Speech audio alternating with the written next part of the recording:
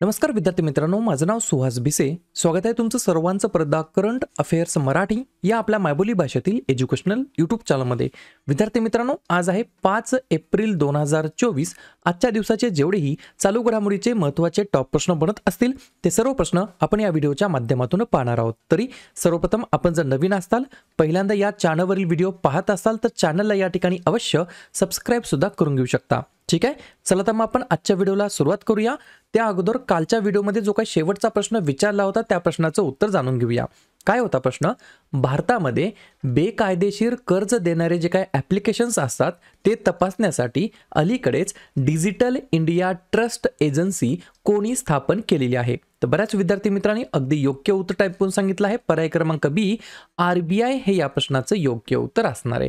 तर RBIने या ठिकाणी जे काही लोन देणारे ॲप्स असतात ते तपासण्यासाठी डिजिटल इंडिया ट्रस्ट एजन्सी या ठिकाणी स्थापन केलेली आहे. RBI बद्दल अजून एक या ठिकाणी न्यूज तुम्हाला लक्षात ठेवायची आहे. 1 एप्रिल 2024ला RBIची 90 वर्ष या ठिकाणी पूर्ण झालेली आहेत. त्याच्या निमित्ताने अर्थ मंत्रालयाने 90 रुपयाच्या मूल्याचे विशेष स्मारक नाणे जारी या ठिकाणी करण्याची अधिसूचना सुद्धा या ठिकाणी दिलेली आहे. RBI बद्दल बोलण्यात आलं तर RBIचे वर्तमानमधील गव्हर्नर कोण आहेत? शक्तिकांत दास असं त्यांचं नाव आहे. क्लिअर? आता पाहूया विद्यार्थी मित्रांनो प्रश्न क्रमांक पहिला. टोटल संपूर्ण व्हिडिओमध्ये 12 प्रश्न असतील. सुरुवातीपासून शेवटपर्यंत व्हिडिओ काळजीपूर्वक पहा. एक एक प्रश्न महत्त्वाचा आहे. तुम्ही कोणत्याही एक्झामची तयारी करा. प्रश्न क्रमांक पहिला काय म्हणतो? 2024 मध्ये भारतीय अर्थव्यवस्था टिंबटिंब टक्के दराने वाढेल असा अंदाज या ठिकाणी जागतिक बँकेने लावलेला आहे. प्रश्न क्रमांक पहिल्याचं योग्य उत्तर आहे पर्याय क्रमांक डी. आपला प्यारा भारत या ठिकाणी 7.5% काय भारताची इकॉनॉमी आहे ती या ठिकाणी ग्रो होईल या ठिकाणी 2024 मध्ये. हे जे काय प्रोजेक्शन केलेलं आहे कोणी केलेलं आहे? वर्ल्ड बँकेने. तर लगेच सुरुवातीलाच आपण वर्ल्ड बँक म्हणजेच जागतिक बँकेवरती चर्चा करूया. या बँकेची स्थापना जुलै 1944ला झाली. मुख्यालय आहे वॉशिंग्टन DC या ठिकाणी. वर्तमानमधील अध्यक्ष आहेत अजय बंगा. सध्याचे कार्यकारी संचालक आहेत राजेश खुल्लर. MD आणि CFO आहेत अंशुला कांत. मुख्य अर्थशास्त्रज्ञ आहेत कार्मन रेनहार्ट आणि टोटल सदस्य देश आहेत 189. पाहूया पुढचा प्रश्न. प्रश्न क्रमांक दुसरा महत्त्वाचा प्रश्न आहे, विचारला जाऊ शकतो. मेजर ध्यानचंद जीवनगौरव पुरस्कार 2023ने कोणाला सन्मानित करण्यात आलेला आहे? 2 नंबरच्या प्रश्नाचं योग्य उत्तर आहे पर्याय क्रमांक सी, अशोक कुमार हे या प्रश्नाचं योग्य उत्तर असणार आहे. तर अशोक कुमार यांना 2023च्या मेजर ध्यानचंद जीवनगौरव पुरस्काराने सन्मानित करण्यात आलं आहे. प्रश्न आहे पुरस्कारासंदर्भात, तर लगेच नवनवीन पुरस्कार प्राप्त व्यक्तींवरती चर्चा करूया. स्लाइड जेवढेही मी या ठिकाणी रिव्हिजन घेण्याचा प्रयत्न करतो ते सर्व रिव्हिजन दररोजच्या दररोज ऐकून घेण्याची या ठिकाणी सवय लावून घ्या. लिहून घ्या किंवा ऐकून घ्या. महाराष्ट्र भूषण पुरस्कार 2024 हा देण्यात आला डॉक्टर प्रदीप महाजन यांना. मिस वर्ल्ड ह्युमॅनिटेरियन पुरस्कार देण्यात आला नीता अंबानी यांना. PV नरसिंहराव स्मृती पुरस्कार रतन टाटा. 33वा सरस्वती सन्मान प्रभा वर्मा. संगीता कलानिधी पुरस्कार 2024 TM कृष्णा. वर्ल्ड बिलियर्ड्स म्युझियमचा हॉल ऑफ फेमने सन्मानित करण्यात आलं पंकज अडवाणी यांना. महाराष्ट्राचा गौरव पुरस्कार उमा रेळे यांना. देवी शंकर अवस्थी सन्मान 2023 निशांत यांना. पहिला जागतिक असमानता संशोधन पुरस्कार बीना अग्रवाल आणि जेम्स बॉयस यांना. आंतरराष्ट्रीय संस्कृती पुरस्कार 2024 मीना चरंदा यांना. आणि मेजर ध्यानचंद जीवनगौरव पुरस्कार 2023 अशोक कुमार यांना या ठिकाणी देण्यात आला आहे. पुढचा प्रश्न, प्रश्न क्रमांक तिसरा. भारतातील सर्वात मोठा कृषी कचरा आधारित बायो CNG प्लांट कोठे उभारला जात आहे? 3 नंबरच्या प्रश्नाचं योग्य उत्तर आहे पर्याय क्रमांक बी, उत्तर प्रदेश हे या प्रश्नाचं योग्य उत्तर असणार आहे. मला फक्त कमेंट करून सांगा CNG याचा फुल फॉर्म काय आहे आणि याच्यातील मेन कॉम्पोनंट कोणता असतो एवढंच मला तुम्ही या ठिकाणी कमेंट करून सांगायचं आहे. म्हणजेच याच्यातील महत्त्वाचा घटक कोणता असतो एवढं मला तुम्ही सांगायचं आहे. या ठिकाणी काय उभारलं जात आहे? भारतातील सर्वात मोठा कृषी कचरा आधारित बायो CNG प्लांट उभारला जात आहे. कुठे? UP मध्ये. UP बद्दल लगेच रिव्हिजन टाकूया. या राज्याची स्थापना 24 जानेवारी 1950ला झाली. मुख्यमंत्री आहेत आदित्यनाथ योगी. राज्यपाल आहेत आनंदीबेन पटेल आणि राजधानी आहे लखनौ. 2 महत्त्वाचे राष्ट्रीय उद्यान आहेत दुधवा आणि पिलीभीत आणि एकच महत्त्वाचं धरण आहे रिहंद नावाचं. पुढचा प्रश्न, प्रश्न क्रमांक 4. अलीकडेच 2023 साठी हॉकी इंडियाच्या महिला आणि पुरुष खेळाडू म्हणून कोणाची निवड करण्यात आलेली आहे? चौथ्या नंबरच्या प्रश्नाचं योग्य उत्तर आहे पर्याय क्रमांक सी वरील दोन्ही. कोण कोण? पर्याय क्रमांक ए सलीमा टेटे आणि पर्याय क्रमांक बी हार्दिक सिंग या दोघांना या ठिकाणी महिला कॅटेगरीमध्ये आणि पुरुष कॅटेगरीमध्ये खेळाडू म्हणून या ठिकाणी निवड करण्यात आलेली आहे. कशाबद्दल बोलण्यात आलं? हॉकीबद्दल. तर याच्याबद्दल काही 2-4 पॉईंट्स आहेत ते लिहून घ्या. जसं की हॉकी इंडियाने 2014 मध्ये वार्षिक हॉकी इंडिया पुरस्कार देण्यासाठी सुरुवात केली गेली आहे. भारतातील सर्वोत्तम हॉकी खेळाडू, माजी खेळाडू आणि अधिकारी यांचा सन्मान करण्यासाठी हे पुरस्कार देण्यासाठी सुरुवात झालेली आहे 2014 मध्ये. ठीक आहे, एक्स्ट्रा पॉईंट लिहून घ्या. हॉकी इंडिया जीवन गौरव पुरस्कार देण्यात आला अशोक कुमार यांना. वर्षातील सर्वोत्तम गोलरक्षक म्हणजेच गोलकीपर हा पुरस्कार देण्यात आला PR श्रीजेश यांना. जे काही पुरुष संघ आहे हॉकीचा त्याचे कर्णधार आहेत हरमनप्रीत सिंग आणि जो काही महिला संघ आहे हॉकीचा त्याच्या कर्णधार आहेत या ठिकाणी सविता पुनिया. जो काही पुरुष हॉकी संघ आहे त्यांनी आशियाई चॅम्पियनशिप ट्रॉफी 2011 मध्ये जी झाली, 16 मध्ये जी झाली, 18 मध्ये झालेली आणि 23 मध्ये झालेली या चारही मध्ये या ठिकाणी सुवर्ण पदक पटकावलेलं आहे. आणि महिलांचा जो काही हॉकी संघ आहे त्यांनी 2022 मध्ये झालेले आशियाई खेळ, आशिया कप आणि राष्ट्रकुल खेळ म्हणजेच कॉमनवेल्थ गेम या तीनही प्रकारच्या कॅटेगरीच्या गेम्समध्ये कांस्य पदक म्हणजेच ब्रॉन्झ पदक या ठिकाणी पटकावलेलं आहे. या गोष्टी तुम्हाला लक्षात ठेवायच्या आहेत. रिव्हिजनच्या स्वरूपामध्ये कशाही प्रकारचा प्रश्न विचारला जाऊ शकतो. पुढचा प्रश्न, प्रश्न क्रमांक 5. कोणत्या शहरामध्ये भारतातील पहिले try service general defence station उभारण्याची घोषणा करण्यात आलेली आहे? 5व्या नंबरच्या प्रश्नाचं योग्य उत्तर आहे पर्याय क्रमांक डी आपलं राज्य महाराष्ट्र राज्य. तर महाराष्ट्र राज्यामध्ये या ठिकाणी विद्यार्थी मित्रांनो भारतातील पहिले try service general defence station उभारण्याची या ठिकाणी घोषणा करण्यात आलेली आहे. याचा मागचा उद्देश काय? या धोरणात्मक वाटचालीचे उद्दिष्ट 3 सेवांच्या सर्व सुविधा आणि संसाधने एकत्रित करणे, एक एकीकृत नेतृत्व फ्रेमवर्क अंतर्गत समाविष्ट करणे हे याच्या मागचं काय आहे? मेन उद्दिष्ट आहे. महाराष्ट्राबद्दल बोलण्यात आलं तर लगेच आपण महाराष्ट्राबद्दल रिव्हिजन टाकूया. आपल्या राज्याची स्थापना 1 मे 1960 ला झाली. मुख्यमंत्री आहेत एकनाथ शिंदे, राज्यपाल आहेत रमेश बैस आणि राजधानी आहे मुंबई. 3 महत्त्वाचे राष्ट्रीय उद्यान आहेत चांदोली, संजय गांधी आणि ताडोबा आणि 4 महत्त्वाचे धरण आहेत उजनी, पवना, जायकवाडी आणि कोयना. पाहूया पुढचा प्रश्न, प्रश्न क्रमांक 6. कोकण रेल्वे कॉर्पोरेशनचे नवीन CMD म्हणून कोणाची नियुक्ती करण्यात आलेली आहे? 6व्या नंबरच्या प्रश्नाचं योग्य उत्तर आहे पर्याय क्रमांक सी संतोष कुमार झा असं त्यांचं नाव आहे. त्यांना या ठिकाणी कोकण रेल्वे कॉर्पोरेशन या सेक्शनमध्ये या ठिकाणी नवीन CMD म्हणून त्यांची नियुक्ती करण्यात आली आहे. 2 पॉईंट लिहून घ्या. हे रेल्वे मंत्रालयाच्या अंतर्गत सार्वजनिक क्षेत्रातील उपक्रम आहे. नवी मुंबईतील CBD बेलापूर या ठिकाणी याचं हेडक्वार्टर आहे. प्रश्न आहे नियुक्ती संदर्भात, तर लगेच नवनवीन नियुक्त्यांवरती आपण चर्चा करूया. जसं की WHO ने दक्षिण पूर्व आशियासाठी प्रादेशिक संचालक म्हणून नियुक्ती केली आहे सायमा वाजिद यांची.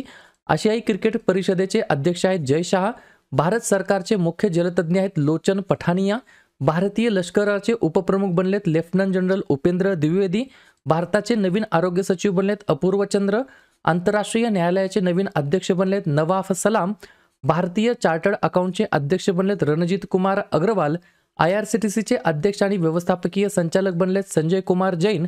पत्र सूचना कार्यालयाचे प्रधान महासंचालक बनलेत शेफाली शरण आणि कोकण रेल्वे कॉर्पोरेशनचे नवीन CMD बनलेत संतोष कुमार झा असं त्यांचं नाव आहे. पुढचा प्रश्न, प्रश्न क्रमांक 7. नुकतेच पॅरिस ऑलिम्पिकसाठी पात्र ठरणारा एकमेव भारतीय वेटलिफ्टर कोण बनलेला आहे? 7व्या नंबरच्या प्रश्नाचं योग्य उत्तर आहे पर्याय क्रमांक बी मणिपूरच्या मीराबाई चानू हे या प्रश्नाचं योग्य उत्तर असणार आहे. तर या ठिकाणी इलिजिबल होणार आहे कशासाठी? पॅरिस ऑलिम्पिकसाठी एकमेव या ठिकाणी इंडियन खेळाडू या ठिकाणी ठरलेले आहेत. कोण? वेटलिफ्टर मीराबाई चानू. तर लगेच आपण मीराबाई चानूंबद्दल काही महत्त्वाच्या गोष्टींवरती रिव्हिजन टाकूया. सुरुवातीपासून लिहून घ्या. यांचा जन्म 8 ऑगस्ट 1994 झाला इम्फाळ मणिपूर या ठिकाणी. वेटलिफ्टिंग म्हणजेच वजन उचलणे या कॅटेगरीमध्ये या ठिकाणी रिलेटेड आहेत किंवा संबंधित आहेत. ऑलिम्पिक गेम्स 2020 मध्ये रौप्य पदक, वर्ल्ड चॅम्पियनशिप 2017 मध्ये सुवर्ण आणि 2022 मध्ये रौप्य पदक, एशियन चॅम्पियनशिप 2020 मध्ये कांस्य, कॉमनवेल्थ गेम्स 2018 आणि 22 मध्ये सुवर्ण आणि 2014 मध्ये रौप्य. त्यानंतर कॉमनवेल्थ चॅम्पियनशिप 2013, 17 आणि 19 मध्ये सुवर्ण पदक जिंकलेलं आहे. मेजर ध्यानचंद खेलरत्न जो की भारताचा सर्वोच्च क्रीडा सन्मान आहे याने 2018 मध्ये सन्मानित करण्यात आलं. पद्मश्री जो की भारताचा 4था सर्वोच्च नागरिक पुरस्कार आहे याने 2018 मध्ये सन्मानित करण्यात आलं. आणि 2021 चा BBC Indian sports woman of the year हा सुद्धा या ठिकाणी पुरस्कार यांना देण्यात आलेला आहे. पाहूया पुढचा प्रश्न, प्रश्न क्रमांक 8वा. राष्ट्रीय सागरी दिवस केव्हा साजरी करण्यात आलेला आहे किंवा येत असतो? 8व्या नंबरच्या प्रश्नाचं योग्य उत्तर आहे पर्याय क्रमांक ए. आजच्याच दिवशी दरवर्षी विद्यार्थी मित्रांनो 5 एप्रिलला आपण या ठिकाणी राष्ट्रीय सागरी दिवस म्हणून आपण साजरा करतो. जर तुम्हाला असं विचारलं 2024 ची थीम काय आहे, लिहून घ्या. नेव्हिगेटिंग द फ्युचर, सेफ्टी फर्स्ट, म्हणजेच भविष्यात नेव्हिगेट करणे, प्रथम सुरक्षा. गोष्टी कशा संदर्भात आहेत? महत्त्वाच्या दिवसाबद्दल. तर लगेच एप्रिल महिन्यातील जे काही महत्त्वाचे दिवस आहेत त्याच्यावरती आपण चर्चा करूया. लिहून घ्या. 1 एप्रिल ते 7 एप्रिल पहिला आठवडा आपण अंधत्व प्रतिबंध आठवडा म्हणून आपण साजरा करतो. 2 एप्रिल आंतरराष्ट्रीय बाल पुस्तक दिवस. 4 एप्रिल खान जागृतीसाठी आंतरराष्ट्रीय दिवस. 5 एप्रिल राष्ट्रीय सागरी दिवस. 7 एप्रिल जागतिक आरोग्य दिवस. 9 एप्रिल जलसंधारण दिवस. 11 एप्रिल महात्मा ज्योतिबा फुले यांची जयंती तसेच जागतिक पार्किन्सन दिवस असतो. 13 एप्रिल जालियनवाला बाग स्मृती दिवस. 14 एप्रिल डॉक्टर बाबासाहेब आंबेडकर यांची जयंती. 15 एप्रिल जागतिक कला दिवस तसेच जागतिक सांस्कृतिक दिवस. 16 एप्रिल जागतिक ध्वनी दिवस. 18 एप्रिल आंतरराष्ट्रीय स्मारके व जागा दिवस आणि जागतिक वारसा दिवस. 21 एप्रिल भारतीय नागरी सेवा दिवस. 22 एप्रिल जागतिक पृथ्वी दिवस. 23 एप्रिल जागतिक पुस्तक दिवस आणि इंग्रजी भाषा दिवस. 24 एप्रिल भारतीय पंचायती राज दिवस. 25 एप्रिल जागतिक मलेरिया दिवस. 26 एप्रिल जागतिक बौद्धिक मालमत्ता दिवस आणि 29 एप्रिल आंतरराष्ट्रीय नृत्य दिवस. क्लिअर? पाहूया पुढचा प्रश्न, प्रश्न क्रमांक 9वा. अलीकडेच कोणत्या कंपनीने पॅनासॉनिक एनर्जी सोबत भारतामध्ये लिथियम आयन पेशींच्या म्हणजेच सेल्सच्या निर्मितीसाठी संयुक्त उपक्रम केलेला आहे? 9व्या प्रश्नाचं योग्य उत्तर आहे पर्याय क्रमांक डी. IOCL म्हणजेच काय, इंडियन ऑइल कॉर्पोरेशन लिमिटेड या कंपनीने पॅनासॉनिक एनर्जी सोबत या ठिकाणी भारतामध्ये लिथियम आयन सेल्सच्या मॅन्युफॅक्चरिंगसाठी संयुक्त उपक्रम तयार केलेला आहे. 2-3 पॉईंट लिहून घ्या. भारतामध्ये लिथियम आयन सेलच्या निर्मितीसाठी संयुक्त उपक्रम तयार करणे हा याच्या मागचा मेन पर्पज आहे. हे सहकार्य देशातील इलेक्ट्रिक वाहनांच्या मागणीमध्ये अपेक्षित वाढ आणि ऊर्जा साठवण उपायांना प्रतिसाद म्हणून या ठिकाणी ठरणार आहे. आणि लिथियम विशेषतः रिचार्ज करण्यायोग्य लिथियम आयन बॅटरीमध्ये इलेक्ट्रॉनिक्सच्या उत्पादनामध्ये प्रामुख्याने या ठिकाणी वापरला जात असतो. पाहूया पुढचा प्रश्न, प्रश्न क्रमांक 10वा. कोणत्या राज्यातील माताबारी पेरा प्रसाद आणि रिग्नाई पाचरा कापडांना GI टॅग या ठिकाणी मिळालेला आहे? 10व्या नंबरच्या प्रश्नाचं योग्य उत्तर आहे पर्याय क्रमांक सी. त्रिपुरा हे या प्रश्नाचं योग्य उत्तर असणार आहे. या ठिकाणी तुम्हाला जर सेपरेट GI टॅग्स वरती जर व्हिडिओ पाहिजे असेल तर नक्की मला कमेंट करून सांगू शकता. पाहूया पुढचा प्रश्न, प्रश्न क्रमांक 11वा.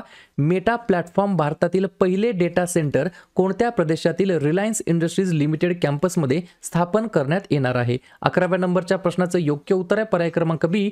तमिळनाडू हे या प्रश्नाचं योग्य उत्तर असणार आहे. तर तमिळनाडू या राज्यातील रिलायन्स इंडस्ट्रीज लिमिटेडच्या कॅम्पसमध्ये मेटा प्लॅटफॉर्म भारतातील पहिले डेटा सेंटर स्थापन करणार आहे. अशा प्रकारे शेवटचा प्रश्न, प्रश्न क्रमांक 12वा. दक्षिण कोरियाच्या कृत्रिम सूर्याने टिंबटिंब दशलक्ष अंश सेल्सिअस तापमानाचा जागतिक विक्रम मोडलेला आहे. तर पर्याय क्रमांक ए 100 दशलक्ष अंश सेल्सिअस हे या प्रश्नाचं योग्य उत्तर असणार आहे. सर्व गोष्टी समजल्या?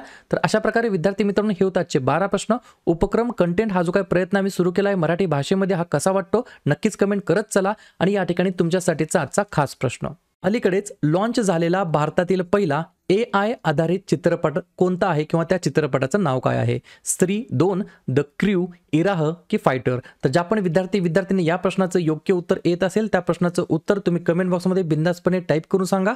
या प्रश्नाचं उत्तर चुकू द्या, बरोबर येऊ द्या, काहीच हरकत नाही, परंतु ट्राय करणं, प्रयत्न करणं हे सर्वात जास्त महत्त्वाचं आहे. आणि दुसऱ्या दिवशी येऊन आपण दिलेल्या प्रश्नाचं उत्तर हे बरोबर आलं की चुकलं हे दुसऱ्या दिवशी येऊन चेक करणं, तपासणं हे देखील तितकंच जास्ती महत्त्वाचं सुद्धा आहे.